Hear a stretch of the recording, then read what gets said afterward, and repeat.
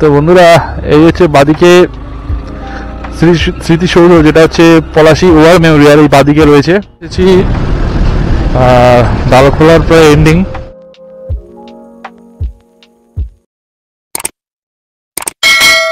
এখন ঘড়িতে বাজে 3:53।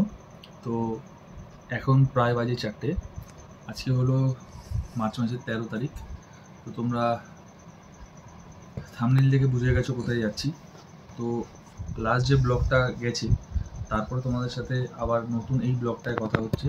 তো আপাতত টাইম হয়ে গেছে অনেকটাই, যেতে হবে শিলিগুড়িতে স্টে করে তারপরে নেক্সট ডেতে আমরা সিকিমের উদ্দেশ্যে রওনা দেবো। তো আজকে সকালবেলা এখান থেকে কলকাতা থেকে বেরিয়ে শিলিগুড়ি কখন পৌঁছাবো এটা তো টাইম বলবে। আপাতত চলো সেটাতে কথা হবে। চলো দেখতে। Good morning from Kolkata. তো বাড়ি থেকে বেরিয়ে উঠে গেছি এখন দ্বিতীয় হুগলির সেতু।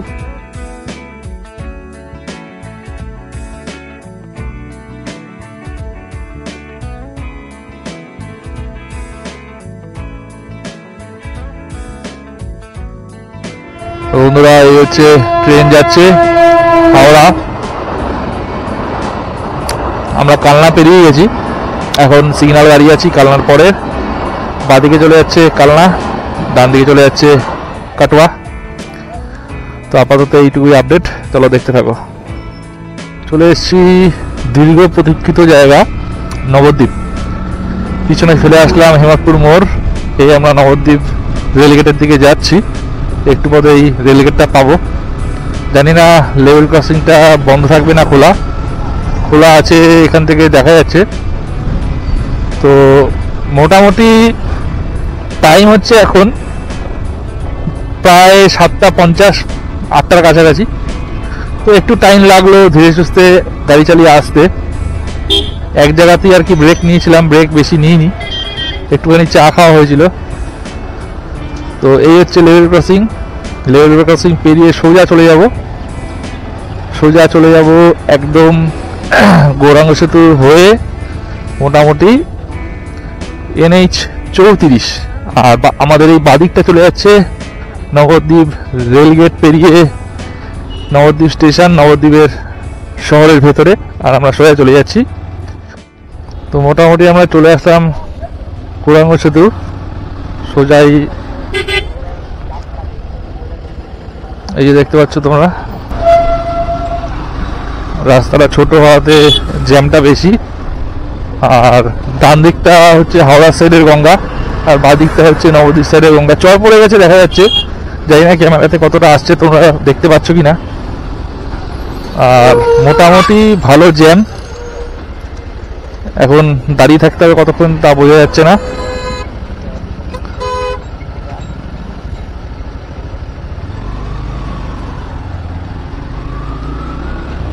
সেতুটা খুব ছোট হওয়ার কারণে রাস্তাটা ন্যারো হয়ে গেছে এবং জ্যামটা বেড়েছে, ভালোই বেড়েছে।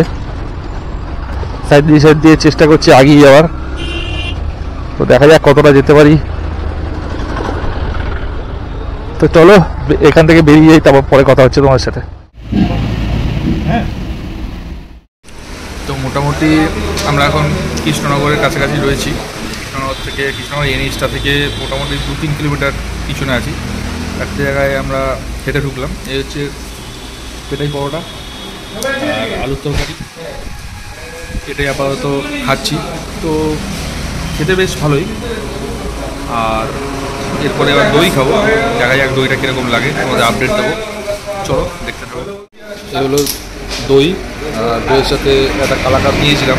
তো দই খেতে বেশ ভালো টেস্ট আছে, আর কালাকাঁদটাও ভালোই টেস্ট আছে। তো দইটার দামটা এখনও পে করিনি, কালাকাঁদটা হচ্ছে 10 টাকা করে। তো আপাতত টেস্টটা তোমাদের বললাম, খেয়ে কথা হচ্ছে। এই হচ্ছে মিষ্টির দোকান, এই হচ্ছে রাস্তা, আমরা এদিকে যাব।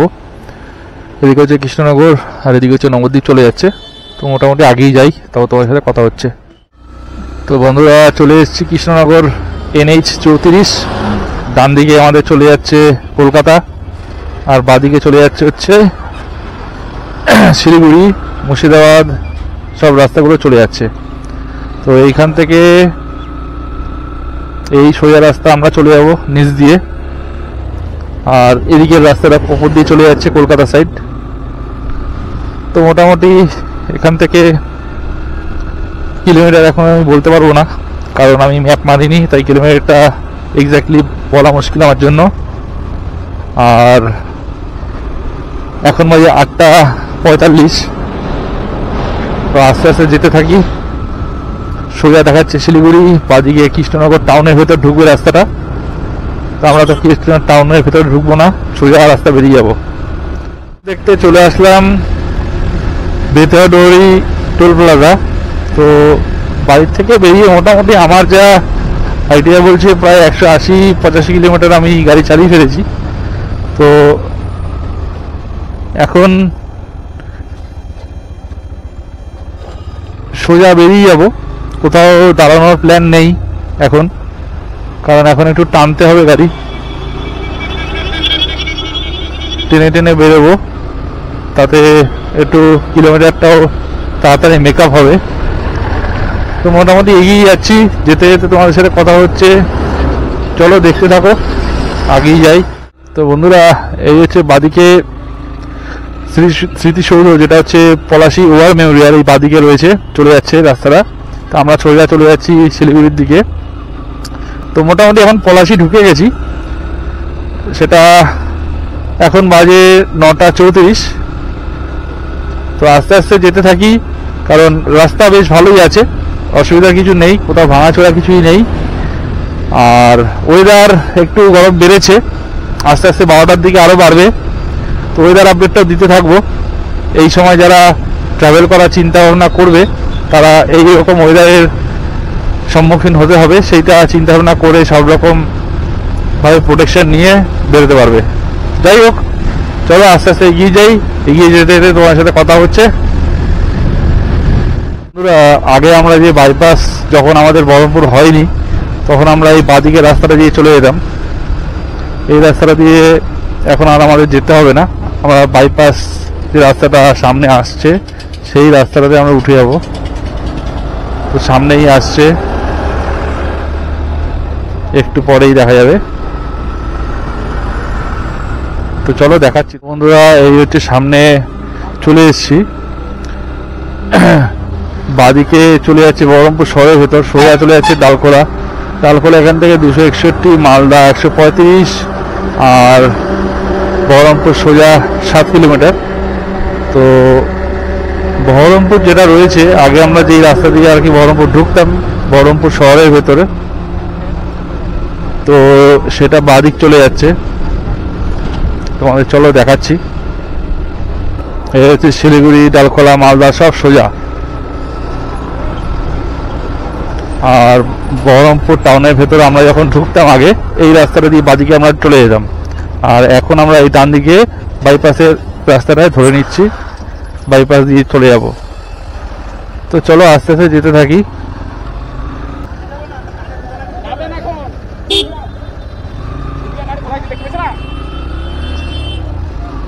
তো সব হচ্ছে এখান থেকে পলসন্ডা দেখাচ্ছে 19 কিলোমিটার। তো সোজা এই রাস্তা, এখন বাইপাস, ওই রাস্তা দিয়ে আগে আমরা যেতাম। তো এইটা হচ্ছে বাইপাস, নতুন রাস্তা। চলো তোমাদের দেখাই নতুন রাস্তাটা কতটা কি আছে, দেখতে থাকো। এই নিচ দিয়ে যে রাস্তাটা গেছে, সেই রাস্তাটা আমরা নিচ দিয়ে ঢুকে ওই পাশে অনেকটা দূর গিয়ে ওইভাবে ঘুরে যেতাম আমরা। তো আমাদের এখন আর ঘোরার ব্যাপার নেই, আমরা ওপর দিয়ে বেরিয়ে যাচ্ছি। সুন্দর লাগছে রাস্তাটা, আস্তে আস্তে যেতে থাকি। তো নতুন ব্রিজটা হয়েছে, এত সুন্দর লাগছে দেখতে, তোমাদের ওই জন্য আরেকবার দেখালাম। চারিদিকে একদম টারম্যাক, একদম সুন্দর রাস্তা। আস্তে আস্তে ধীরে ধীরে না চালিয়ে জোরেও তোমরা চালাতে পারবে। তো চলো, মোটামুটি ব্রিজটা সম্ভবত কভার হয়ে গেছে। নিচ দিয়ে নদী বয়ে চলেছে, আর উপর দিয়ে ব্রিজ। বন্ধুরা, বহরমপুর যে আগের যে রাস্তাটা ছিল, ওইখান থেকে এসে ওই লরিগুলো যাচ্ছে, এখানে এসে আমরা মিট করতাম। ওইখানে হচ্ছে বাইপাসটা এন্ড।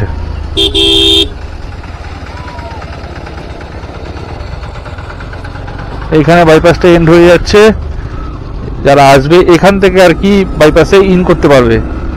তো সোজা হচ্ছে আবার আমরা আগের মতোই রাস্তাতে উঠে পড়লাম, সোজা মালদা, সোজা ফরাক্কা, সোজা ডালখোলা। চলো যেতে থাকি। আর এদিকের রাস্তা তো আগে করেই ভালো ছিল, এখনো ভালো। তো চলো দেখতে থাকো। এখন আমি বেরোলাম ফারাক্কা বহরমপুর যে টোল প্লাজাটা আছে, সেই টোল প্লাজাটা ক্রস করলাম জাস্ট। পরে কিছু দেখানোর নেই, তাই সেরকম কিছুভাবে ভিডিও করিনি। এখন ঘড়িতে বাজে 11:37। এখান থেকে ফারাক্কা প্রায় দেখে বলছি প্রায় 31 কিলোমিটার, ডাক বাংলো 14। তো 30 কিলোমিটার এখনো ফারাক্কা বাকি আছে। তো ওখানে যাই আস্তে আস্তে। আর তার আগে কোথাও যদি চায়ের দোকান পাই, একবার একটু চা খাওয়ার প্ল্যান আছে। তো এইটুকুই মোটামুটি আপডেট। চলো যেতে থাকি, কথা হবে। ঘুরিতে বাজে 12:30। ঢুকে পড়েছি ফারাক্কা, সামনেই ফারাক্কা ব্যারেজের ব্রিজটা। তো চলো তোমার আস্তে আস্তে এগিয়ে যাই, দেখাতে থাকি। বিশাল জ্যাম রয়েছে।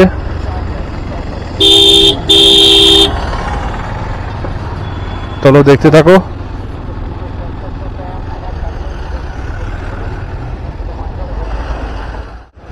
এই হচ্ছে ফারাক্কা ব্রিজ।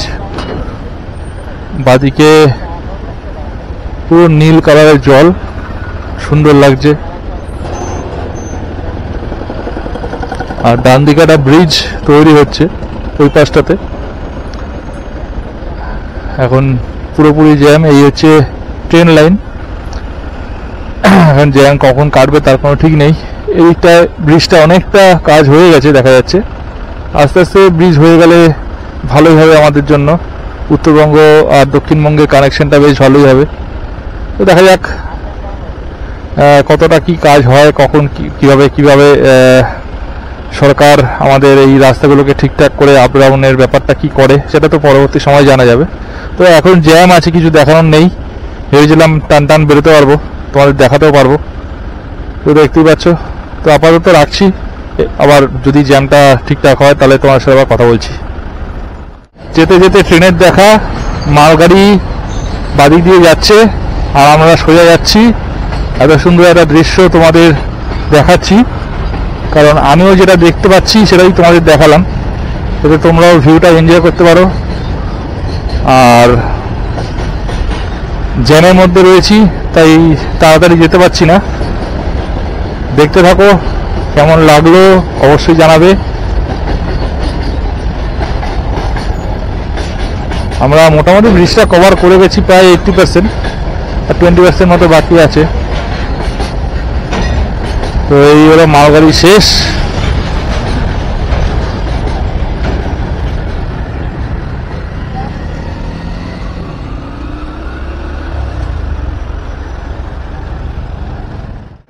তো মোটামুটি আমরা চলে এসেছি আরেকটা ডেস্টিনেশন যাকে বলে, যেটা হলো ফারাক্কা রায়গঞ্জ। ফারাক্কা রায়গঞ্জ হচ্ছে টোল প্লাজা। তো এই টোল প্লাজা থেকে বেরিয়ে আরো এগিয়ে যাব। টাইম হলো 12:53। তো মোটামুটি আর 1-1.5 ঘন্টার মধ্যে আমরা দুপুরবেলা লাঞ্চটা সারবো। তো এখন দেখা যাক যতটা পারি টেনে দেবো, তারপরে দুপুরবেলা লাঞ্চটা ইচ্ছা আছে করার। তো চলো দেখতে থাকো, যেটুকু যাবো, যেটুকু তোমরা দেখতে পাচ্ছ কিভাবে যাচ্ছি, সবই আপডেট তোমরা পাবে।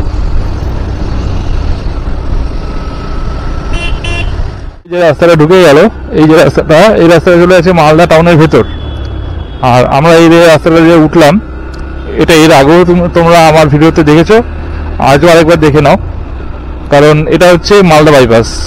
এর আগে একটা বাইপাস পেরিয়েছিলাম, সেটা হচ্ছে নতুন, সেটা হলো বহরমপুর, মুর্শিদাবাদে যেটা হচ্ছে বহরমপুর বাইপাস। আর এটা হচ্ছে মালদা বাইপাস। তো মালদা বাইপাসটা বেশ ভালো লাগে রাত্রিবেলা এই কারণে বললাম যেই যেই জায়গায় ব্রিজগুলো আছে ওখানে বেশ লাইটটা জলে, ভালো লাগে দেখতে। তো যাই হোক, যেতে থাকি। আস্তে আস্তে আমরা মালদা বাইপাসে ঢুকে গেছি। ডেস্টিনেশনটা আরও অনেকটাই বাগডোগরা। এত সুন্দর ডান দিক বাদিকের ভিউ দেখতেই পাচ্ছ তোমরা। তো বন্ধুরা, ঢুকে বললাম হচ্ছে রায়গঞ্জের টোল প্লাজাতে।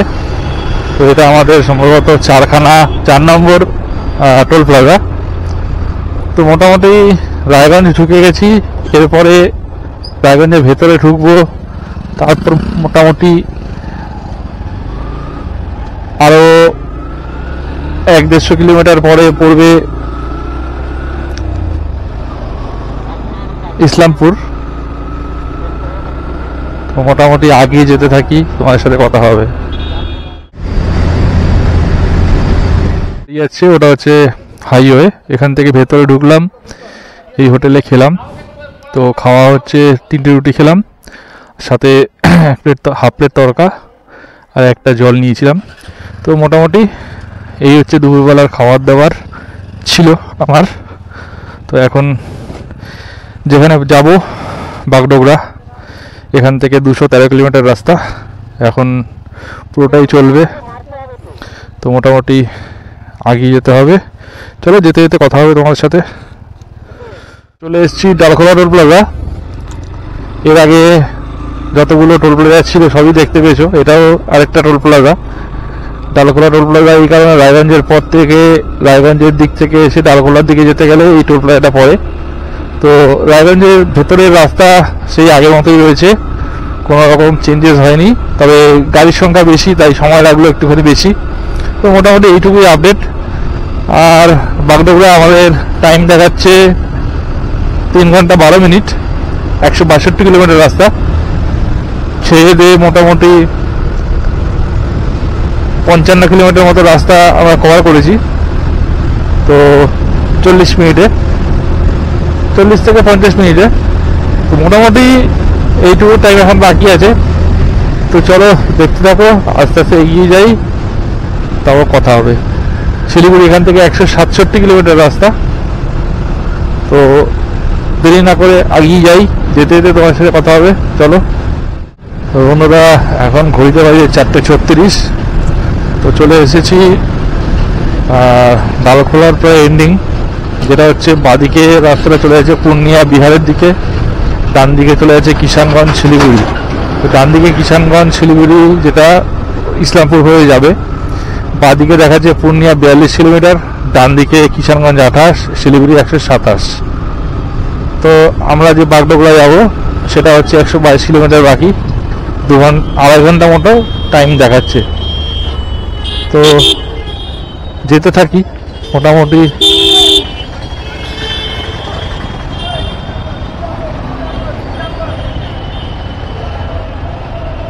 এইভাবে নিচ থেকে আমরা ডান দিকে ঢুকে গেলাম, আগিয়ে যেতে থাকি। রাস্তা ওইদিকে শুনেছি খুব একটা ভালো নয়, তাও যাই হোক, যেরকম আছে সেইভাবেই আমাদের যেতে হবে। তো চলো যেতে থাকি, আর রাস্তার আপডেট অবশ্যই দেবো।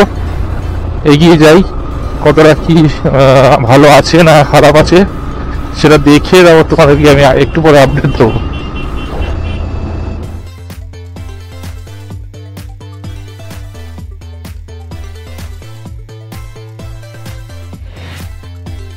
তো বন্ধুরা, দেখতে দেখতে এখন ঘড়িতে বাজে প্রায় 6টা।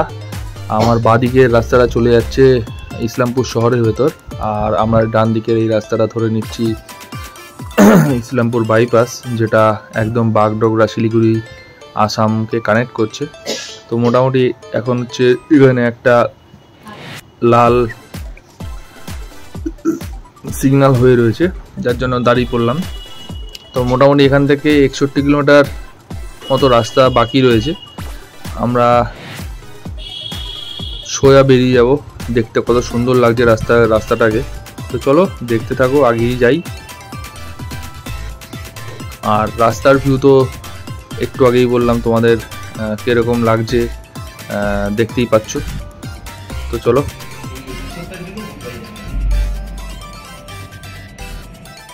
গুড ইভিনিং বলবো না গুড নাইট বলবো সেটা এখন ভাবছি, কারণ এখন বাজে 9:30। এখানে ঢুকেছি বাগডোগরা প্রায় 7:30 থেকে 8টা। তোমাদের সাথে যখন কথা লাস্ট হয়েছে তখন প্রায় 6টা 6:30 বাজে। তো বাগডোগরা এয়ারপোর্টের কাছে হোটেল জগৎ একটা হোটেল পেয়েছি, তো সেটা এসি রুম নেওয়া হয়েছে। তো চোখ দুটো লাল দেখতে পাচ্ছ, কারণটা একটু আগে দেখেছো, আমি হেলমেটের কাজটা তোমাদের দেখালাম। তো এই কারণে কাজটা যখন তুলেছিলাম তখন প্রচুর পোকা চোখে লেগেছিল, তার জন্য চোখটা লাল হয়ে আছে। তো আপাতত চোখটা ঠিক আছে, কারণ জল দিয়ে ভালো করে ওয়াশ করেছি, ঠিক আছে। আর রুমটা মোটামুটি একটা করে সিঙ্গেল হচ্ছে বেড, এই পাশে মহিলা শুয়ে আছে। দুটো হচ্ছে বেড আমাদের নেওয়া হয়েছে। এসি রুম 1500 টাকা করে বলেছিল, ভুল বললাম, 1800 টাকা করে বলেছিল, 1800 টাকা করেই নেওয়া হয়েছে, কম করেনি, ওদের ফিক্সড রেট। তো খাওয়া দাওয়ারও অর্ডার দেওয়া হয়েছে। আপাতত খেয়ে গুড নাইট করব, কারণ হচ্ছে প্রচণ্ড টায়ার্ড, সেই সকালবেলা থেকে গাড়ি চালানো হয়েছে। আর রাস্তার হাল তো প্রচুর খারাপ, সেটা এই দিকে আসলে যারা বোঝা যাবে, যারা আর কি আসে তারাও জানে, এবং যারা আসবে তারাও বুঝতে পারবে বাই রোড। তো এইটুকুই আপাতত আপডেট ছিল। চোখ মুখ দেখে তো নিশ্চয়ই তোমরা বুঝতেই পারছো ভালোই টায়ার্ড আছি। তো আজকের জন্য ভিডিওটা এখানেই এন্ড করছি। চলো আবার কালকে দেখা হবে, পাহাড়ের যাত্রাতে দেখা হবে, এইটুকু বললাম। এবার পাহাড়ের যাত্রা কীভাবে দেখা হবে সেটা দেখার জন্য পরের ভিডিওটা তোমাদের দেখতে হবে। তো চলো, গুড নাইট।